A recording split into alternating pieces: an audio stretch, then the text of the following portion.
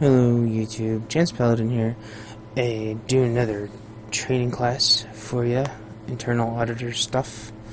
This one is on cooperation and counter behavior, and I want to try to explain this a little bit. Auditing, people have been asking me lately, why don't you just talk more about this standard or that standard?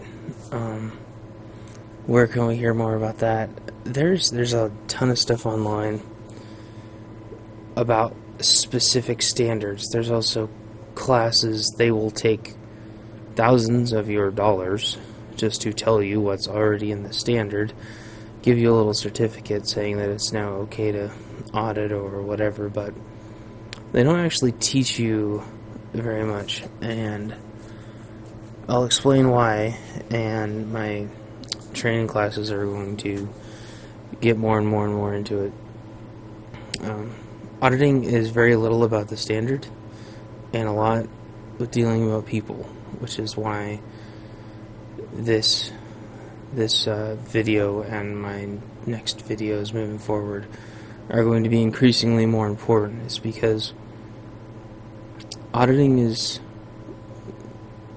very little about standard and very much dealing with people, which means you need cooperation, and counter behavior is there because it is the type of it's the mindset that I have when I'm auditing. You need cooperation, and whether or not you get cooperation is you may or may not need some type of behavior adjusting mindset. So everybody's got their own. Some people like to punish, some people like to reward, some people, there's just all kinds of, some people just act cute, or they amuse, they tell jokes. I prefer counter behavior. I think it's the most controllable behavior changing mindset. So there will be more on counter behavior later, because counter behavior is not, it doesn't exist by itself. So it's a response. It's a calculated response after gathering information. So I will be talking about it a little bit, but only in response to other situations. So unfortunately, there's virtually no information on it online. I've only read one article on the concept ever, and unfortunately I was never able to find the article again. It was in a magazine, and I've got too many magazines, I couldn't find it. But an amazing article, and I'll explain it more as we go, since it's reactive. So the biggest thing you're going to run into during audits is not people cooperating, unless you're auditing somewhere that's been audited a million times and everyone's been indoctrinated. The possibility of that, though, is just very small. Most people are not indoctrinated into being audited. It usually scares the crap out of them, like I've talked about in part 2. The reason why this is important is you're not going to be able to get your audit done if you don't learn how to deal with this.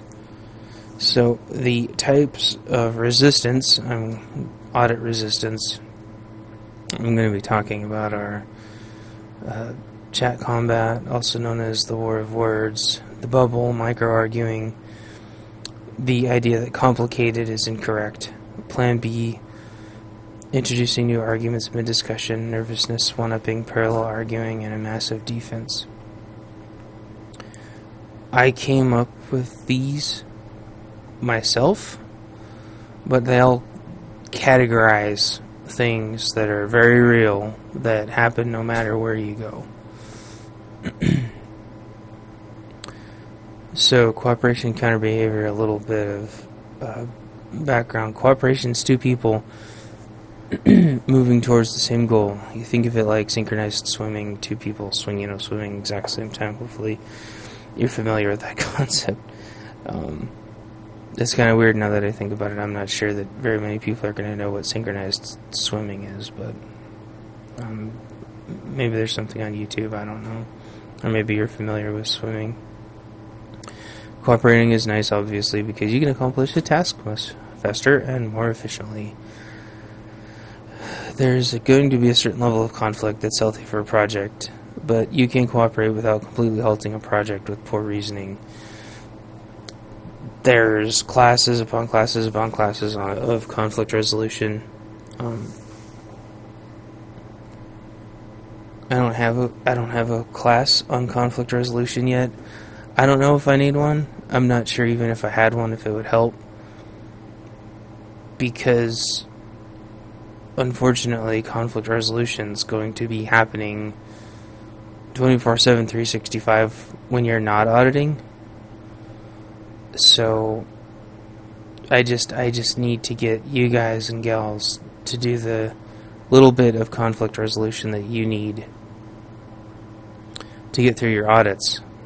But suffice it to say that conflict is actually a good thing. In fact, conflict brings people closer together, not further apart, if they handle it properly. And every project does need a naysayer, a devil's advocate, if you will, even though I hate that term. It's, but anyway, once you get past the constructive conflict, you have what I would call like deconstructive conflict. It's when they're conflicting solely to shut things down, tear it apart. So that's being uncooperative. It's being deliberately, specifically uncooperative. So whether they are cooperating or not, they're assuming a certain behavior or mindset or role, which we'll get into roles in a future video. Usually the behavior is benign or just complementing the cooperative flow. Sometimes the behavior can be dangerous, though, to the project or people. This must be identified and the behavior countered. The reason why I bring up projects is because an audit is kind of like a little project. Or, and you combine all the little audits together and it turns into a big audit. So it's a little project, big project, if you're more familiar with using that terminology. So this presentation outlines how to identify some of the uncooperative behaviors and keep the topic on track, the topic being your audit. Longer-term solutions will be covered in future presentations. Why don't people just cooperate? I get this question all the time. It doesn't matter what you're doing. Anywhere you go, you just notice uncooperative people, and it seems to be getting worse, not better. Unfortunately, in audits, that's your specific job to get them to cooperate. There's no failure mode. There's no exit strategy. You simply have to get them to cooperate, no matter what. People resist for many reasons. We talk about this somewhat in the second training class. Some people see it as a personal challenge of wit. I've run into this before, where all of a sudden you're talking to them and you can imagine like a chessboard drops down and they're like, let's do this, and you're like, no, let's just have an audit. This doesn't have to be there's lots of work and appropriate words to call it, but imagine a virtual chess match, but something even more infinitely complicated. For others, it may naturally be the culture to resist.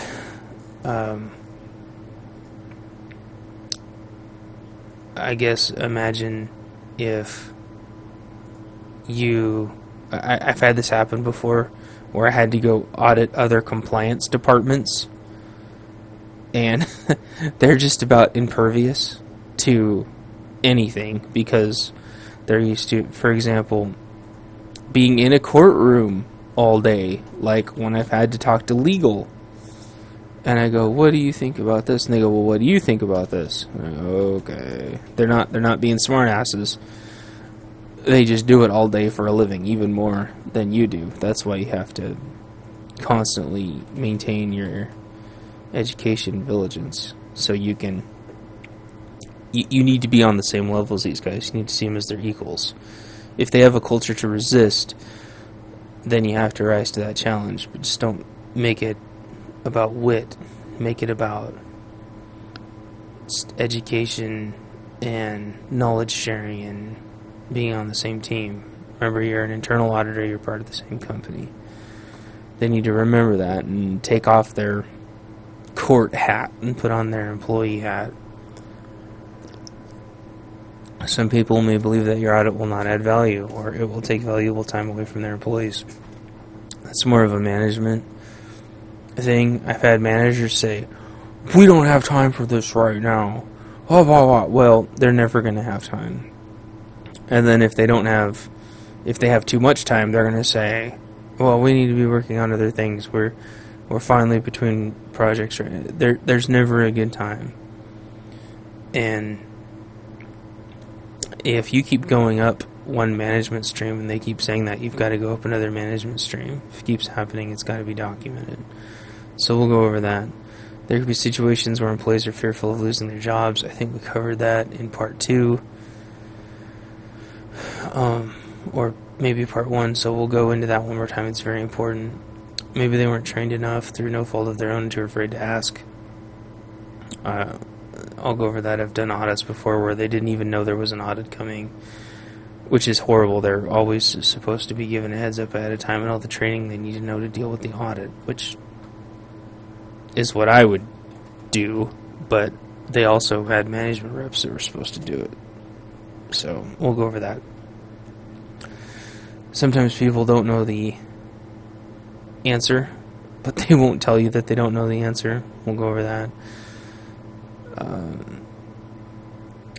People may have other stresses in life or just be tired. I've been auditing people before where I found out that they just lost a very, very, very close family member and didn't tell anybody. That stuff comes out in audits, and it's not supposed to. I mean, their personal life's their personal life, but if they didn't take the time, I mean, I've seen them come back the next day several times. I've seen the ladies have babies and come back to work almost immediately. And it's like, if you don't know, you're put in a very bad spot, so you got to keep that stuff in mind. It's happened several times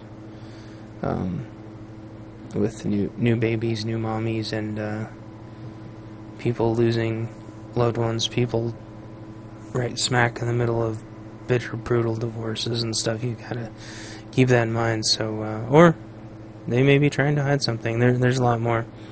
There's a lot of reasons people won't cooperate. And I've gone over some of them, and we'll be going over the rest. So keeping a discussion in scope. This is really hard to explain two-dimensionally. Someday I may end up having to make a video on just this, but think about you're having a discussion, and this inner circle is the topic. And you can take this a lot of different ways. This can be metaphysical, psychological, anything. I mean, the sky's the limit on how far you want to take this, but take it as far as you need to understand, and don't overthink it right now, or your mind will be blown. Basically, this is the discussion that we're having. Everything that you talk about needs to stay in this. I call it keeping the discussion in scope. Again, that's a project term also, keeping the project in scope. People talk about scope creep. So you could think about this as like the set of documentation that you're talking about, or if you ask somebody a question about a color blue and then they start talking about the grass. It's like, no, grass is green, we're talking about Okay.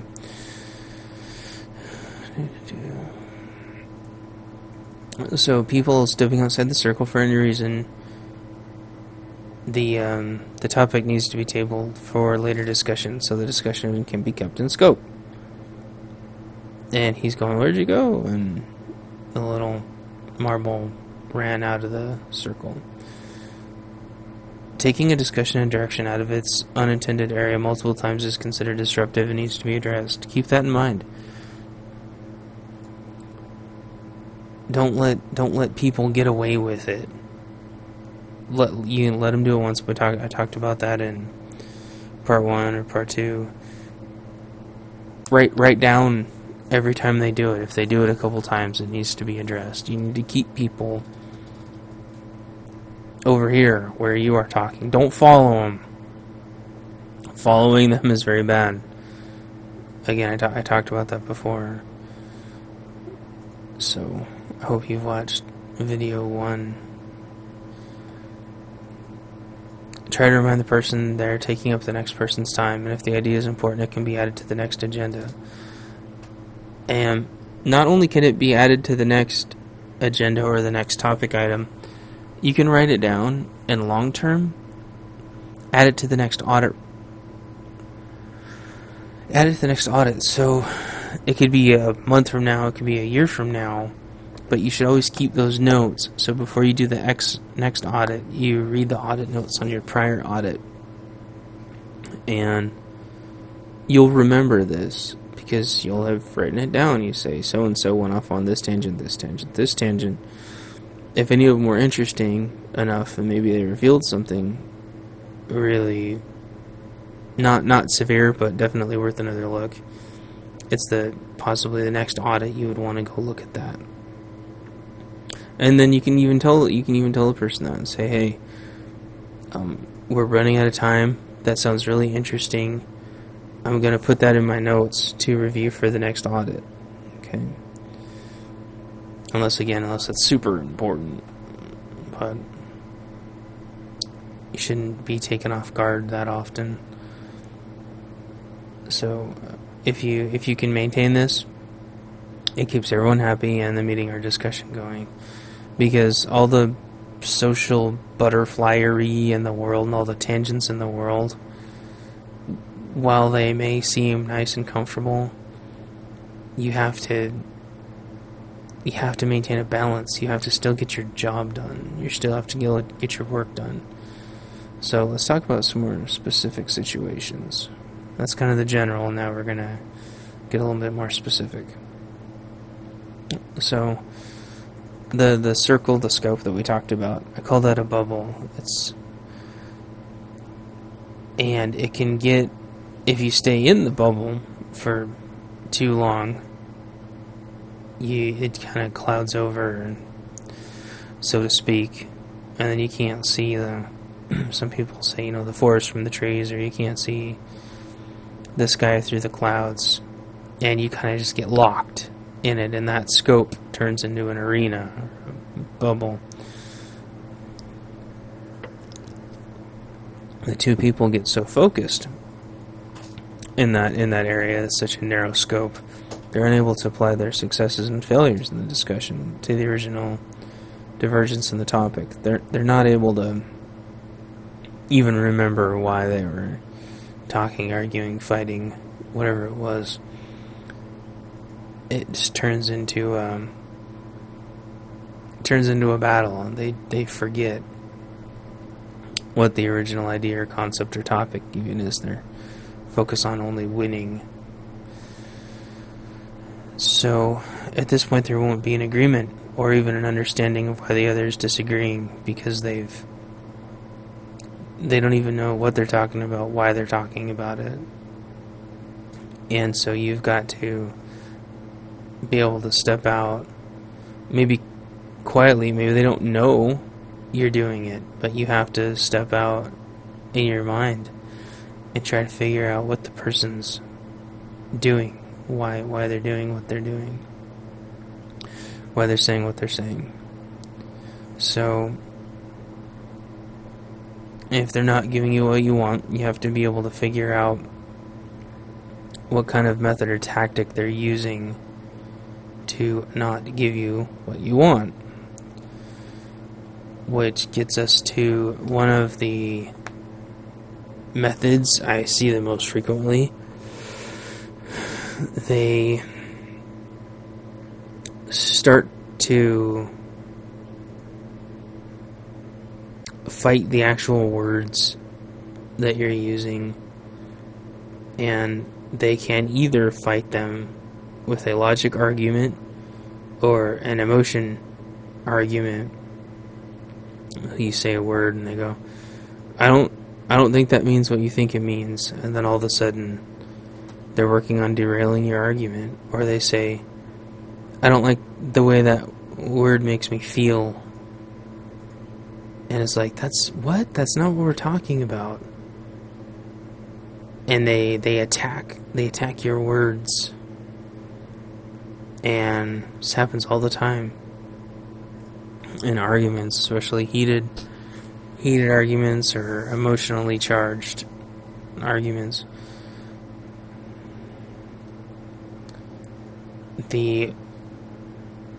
If you proceed down this path to try to win, which you likely won't, and even if you do win, you haven't won anything. The winning condition is basically when one side of the discussions run out of content with which to defend themselves. This is exhaustive. You know, there's so many open debates right now.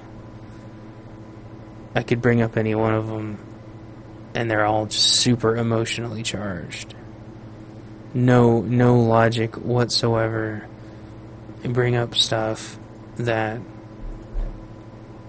happened a long time ago that nobody can agree on the history of. And one of the ways people argue and fight about it is attacking the words that each other uses. There can be a stalemate when both sides of the discussion have a valid point, but they clearly contradict each other. It's when I use the sky a lot, but someone's like, the sky is blue. And then somebody else says, it's when the sun's out, it makes me warm.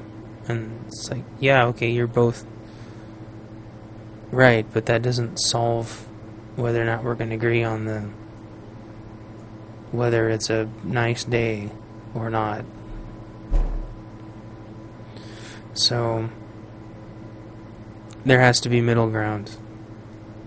And once you start attacking each other's words, there's no middle ground anymore. You're leaping right into their area or drawing them completely into yours. There's a what I consider a draw in the argument when either the meeting runs late and the parties are kicked out of the room or someone gets a call on their cell phone. This usually solves most arguments, or at least ends most arguments.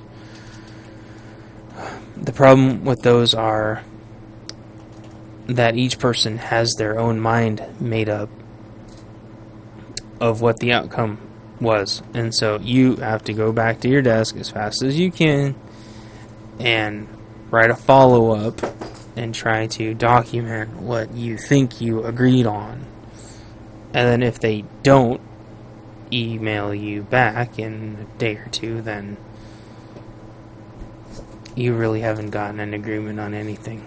So, and don't just do that for don't do that for out of work stuff, personal private stuff, because that stuff will go to management, and whoever's the most emotionally charged or is the closest friend to the manager usually wins. Actually, always wins.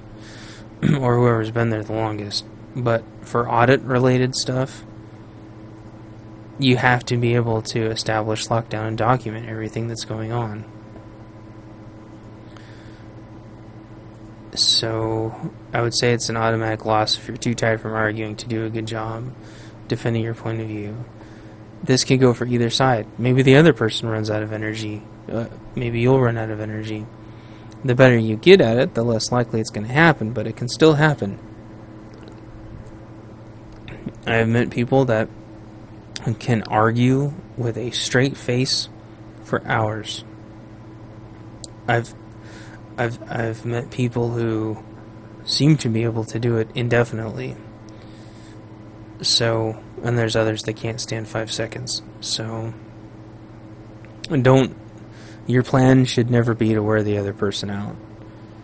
And your plan should never be to just not get worn out yourself. You have to have multiple directions to end an argument as fast as possible, because arguing is going to lead you away from your goal,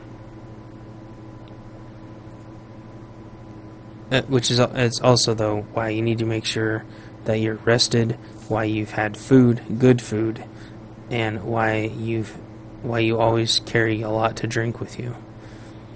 And a victory for your point of view is usually short-lived if it's not well documented, like I said before. Micro-arguing, also known as microscoping. I've had this happen to me before. This is extremely hard to defend against. They listen to your idea, they attack your idea, and then they break your idea up into several smaller bite-sized pieces, and then attack a weaker piece. And then they keep doing this until until they are right. In their mind, of course. In reality, it doesn't mean they're right. It just means that they attacked a very, very, very small part of your idea. Not a word. Like I said earlier, this isn't down to a word. Like, what's the definition of is? The definition of is. This is attacking an idea. So if he said, why don't you tell me how you control your documentation? And they go, well, what's the definition of documentation? And you go, no, we're not doing that. And they go, okay, well, why should I have to, control my documentation? And all of a sudden they're attacking an idea. And you have to get used to that. And you have to get used to people using irrational arguments to argue with the job that you have to do. And you say, well, look, it's my job to check that everybody's documents are getting controlled. Well, why should we have to do that? Oh, jeez. You just gotta get used to that stuff. And you gotta come up with an argument or a phrase or something that works really well for you. Because what'll happen is, the example I was hit with is there were training records to prove everybody had been trained, and they weren't controlling the records.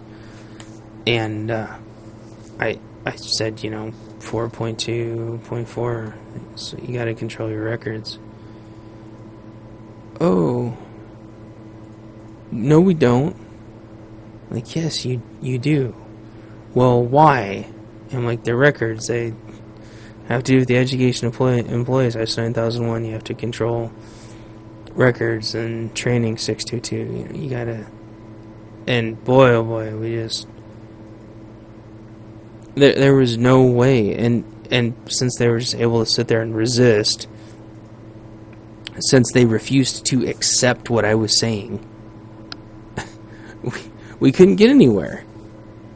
And then they looked at me and did kind of this, like they win. And then I just got up and left.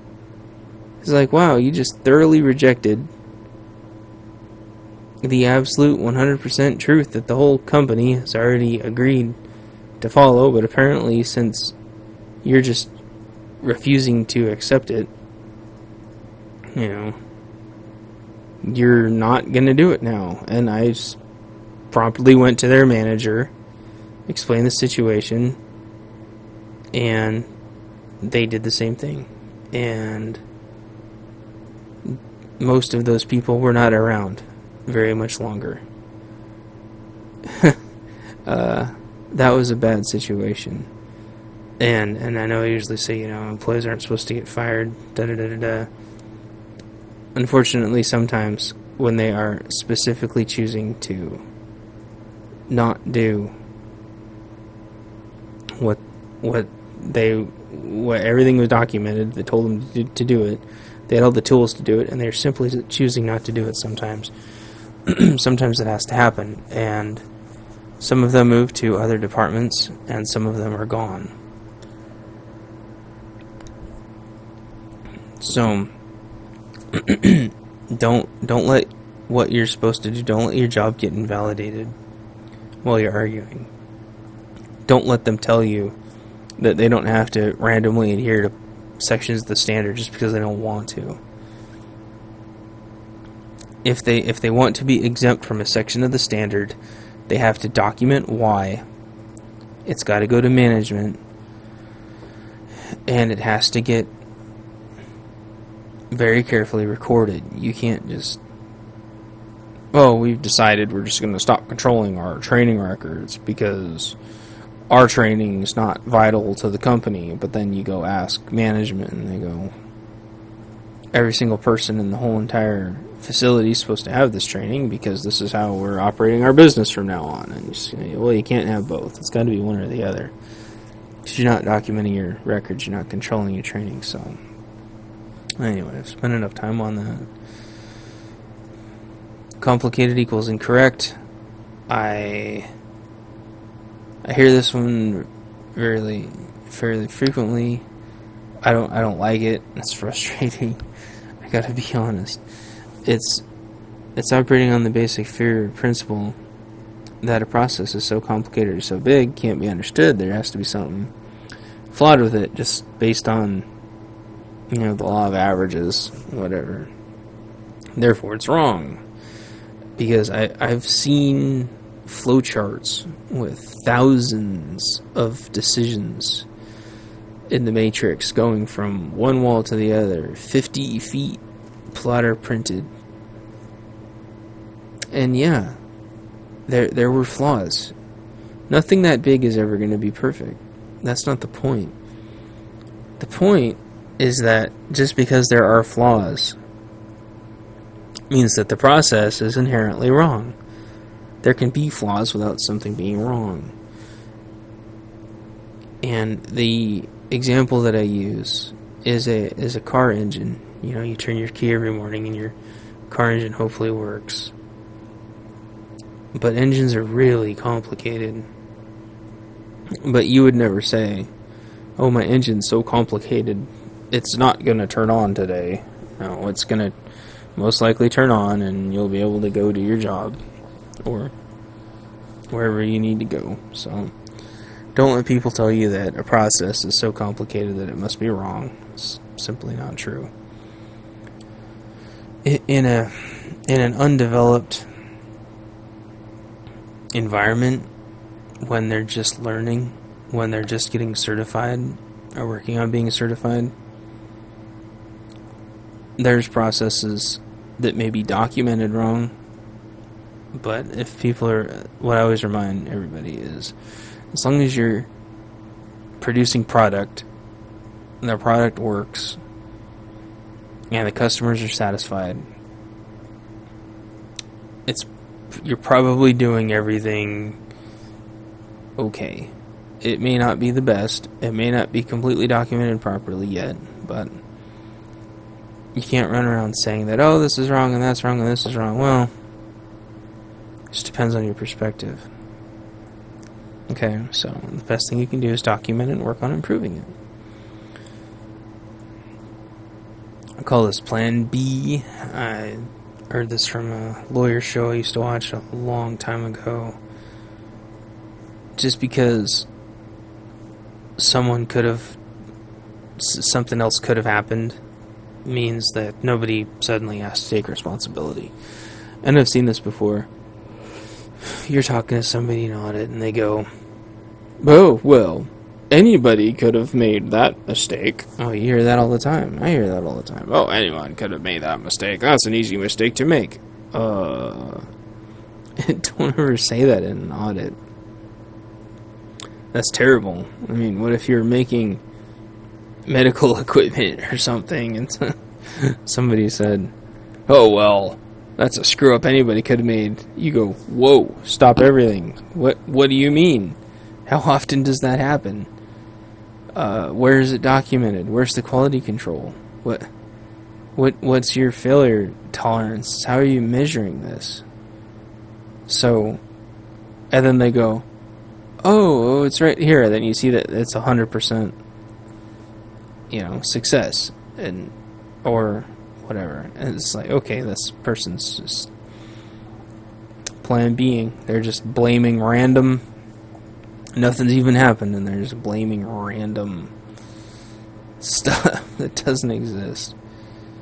Just keep asking for the process and follow it procedurally, not behaviorally, which means not what they feel like doing next, but what they're actually supposed to be doing next. Introducing new arguments mid discussion. This goes back to the scope that we talked about earlier. You do a good job of answering their hypothetical question only to have a new hypothetical question. This happens especially when people are nervous, or if they're trying to secretly tell you something, or if they're trying to throw you completely off track. So this is the example I use. Well, what if there was a piece of cheese? And you go, okay, there's a piece of cheese. And they go, what if there's a mouse that wants the cheese? And you go, okay, so there's a mouse. I don't know what this has to do with anything, but okay, yeah, but just bear with me. What if there was a cat? And you go, okay, there's a cat, and the cat wants the mouse. Yeah, but then all of a sudden there's a dog. And you go, alright, well, where are we going with this? No, but let's just say then there's a dragon. And you're like, no, stop. And they go, yeah, but there's also a robot alien. And you go, no. Let's get back to the topic. So, sort of on the, scope discussion earlier, but it starts with, this is, like an avenue of how that can happen, just like the rest of these. This one's the most obvious, I think, though. People do that. Well, let's just say the company did X. What would happen then? It's like, well, we're not talking about that right now. We're talking about what processes you follow. One-upping. This is a very competitive...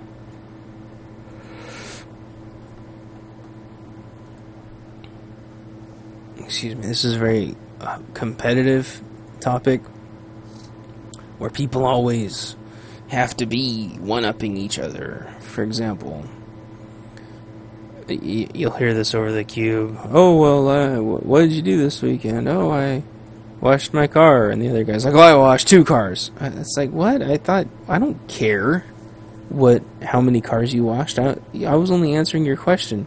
Yeah, well, I was only telling you what I did this weekend. It's like, I didn't ask. I'm trying to work. So it happens in audits all the time too. They can say, oh, how many audits have you done? Oh, I've done 100. How long have you been auditing? I've been auditing twice as long. How long have you been working here? I've been working twice as long. It's just constant. What are you supposed to be doing? Well, they told me I'm supposed to be doing this, but I'm doing this instead, and I do way more work than everybody else. And it's like, oh my gosh.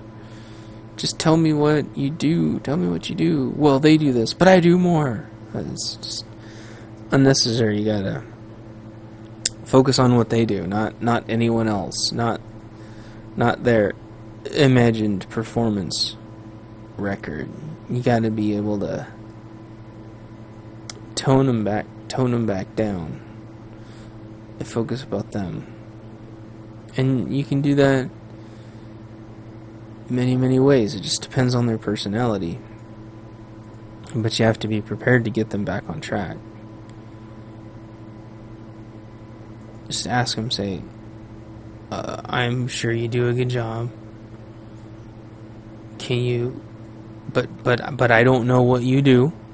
And I don't know what anyone else here does. Can we please focus on what you do? Work on turning their behavior in a direction where it gets you the solution that you need. And like I keep saying over and over and over, as soon as they go off on one of these little mini rants, write down where you are so you don't forget. This could also potentially, if there's a lot of one-upping, a lot of competitiveness involved, it could be a sign that you have some kind of reward or compensation or incentive issue. Because unless you're in sales, people probably shouldn't be acting this way. So it could be a clue that there are other issues. And I get into rewards, incentives, and motivation in later ones, but you have to be prepared to counter this mentality. Say, look, we're all working as a team, we're all working in the same direction, we're all on the same team, and I understand that there's going to be some competition, trying to stand out, trying to move up in the company, but for the sake of this discussion, I just need to know what you do. You know, I'll go talk to Joe or whoever you want me to talk to, and if you want me to, if there's time, if there's a different process or whatever they work on, or if I need to compare, but you know, let me worry about that. But I need to talk to you about this. They may switch to another argument method, or hopefully they'll calm down. But you have to be ready to counter and block every one of those tangents. Parallel arguing. It's when people argue a completely different point, winning that point to defeat the original point. If A equals true, B equals false. This is common when people love to just throw absolute insane monkey wrenches into your discussions. You're trying to talk about a document, and they're like, well, the toilet overflows. The toilet overflows.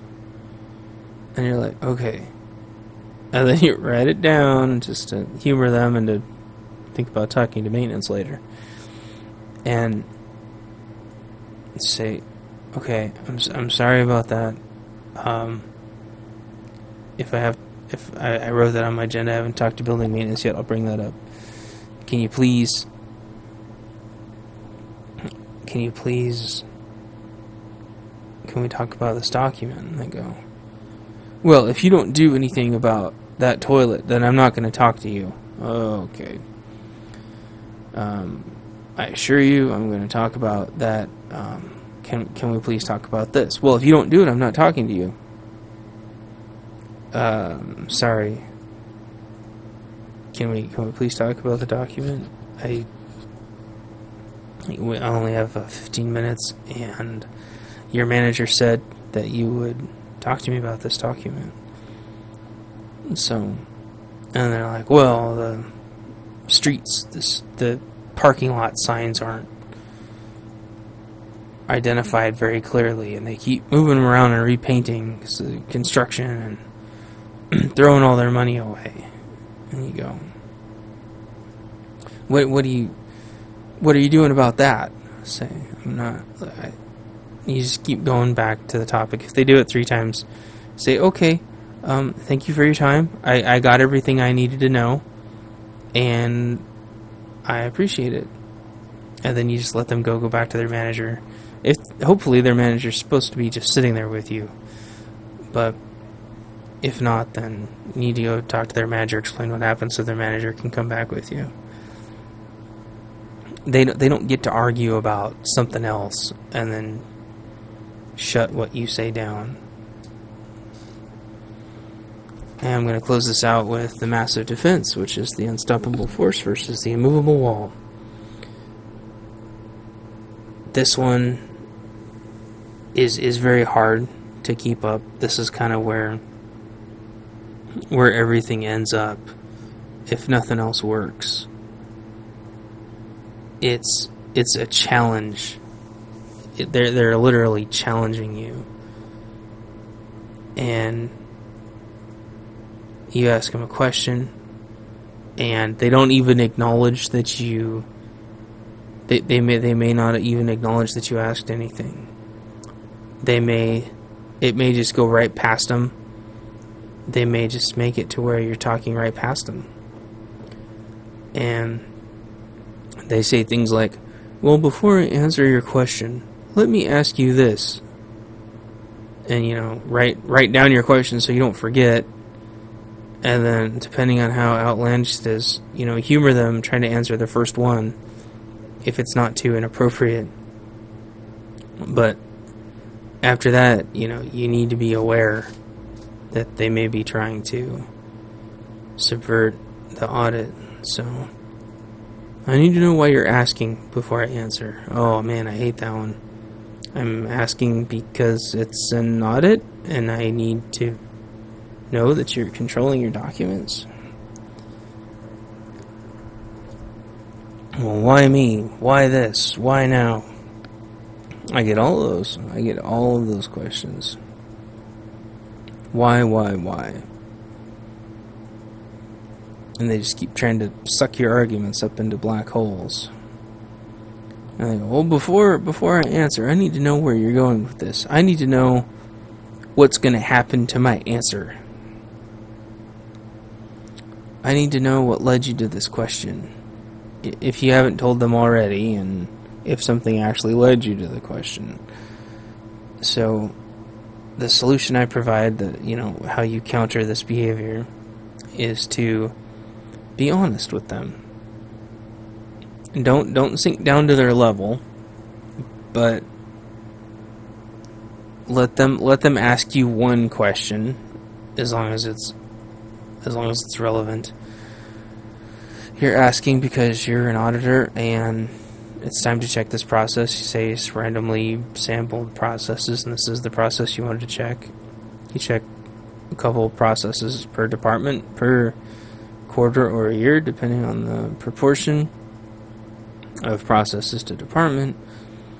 I'm not going anywhere with this. I just want to know if this process is being followed, if you can walk me through it.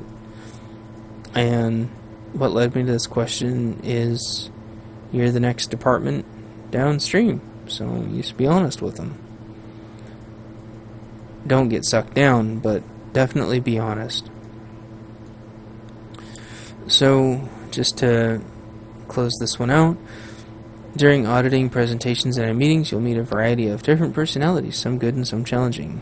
As an auditor, it is in your best interest to be able to positively overcome any conflict during audits to gather the evidence you need to file your reports. Remember that it's nothing personal, that we are here to help, and that we make sure you don't get in trouble. Be confident, but always make sure you have the moral high ground.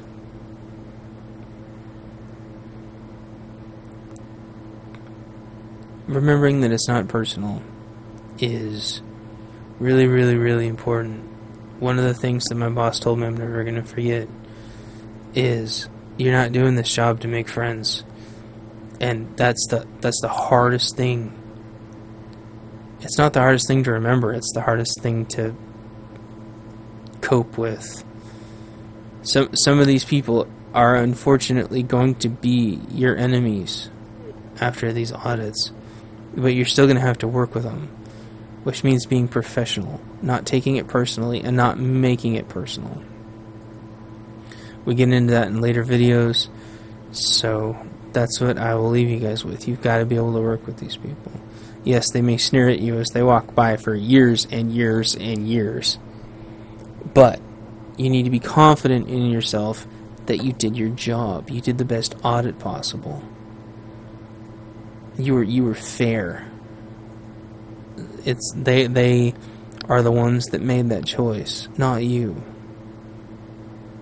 So that's it, and that's all I've got for this one. And thanks for watching. Leave your comments and questions down below, and I'll answer whatever I can. And I'm gonna try to get back into the routine of getting one of these up as absolutely frequently as possible. So keep an eye out. Also, I'm gonna add them to the playlist, so make sure you don't miss any. And thanks for watching, and I will talk to you guys later. Bye.